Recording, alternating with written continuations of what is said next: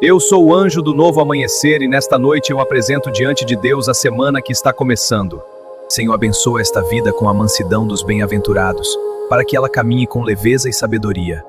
Dá-lhe um coração puro, para que ela veja a tua mão em cada detalhe. Concede paz, para que ela seja ponte onde houver divisão, e luz onde houver escuridão. Fortalece os que choram, consola os cansados e renova os que perderam o ânimo. Que esta semana seja marcada por justiça, por misericórdia e por propósito. Que o amanhecer de segunda traga esperança, clareza e a certeza de que o Senhor está no controle. Eu te agradeço, Senhor, porque os bem-aventurados nunca caminham sozinhos. Comente, Senhor, guia minha semana. Se inscreva no canal, curta e compartilhe. Que Deus abençoe sua semana com paz, pureza, consolo e propósito.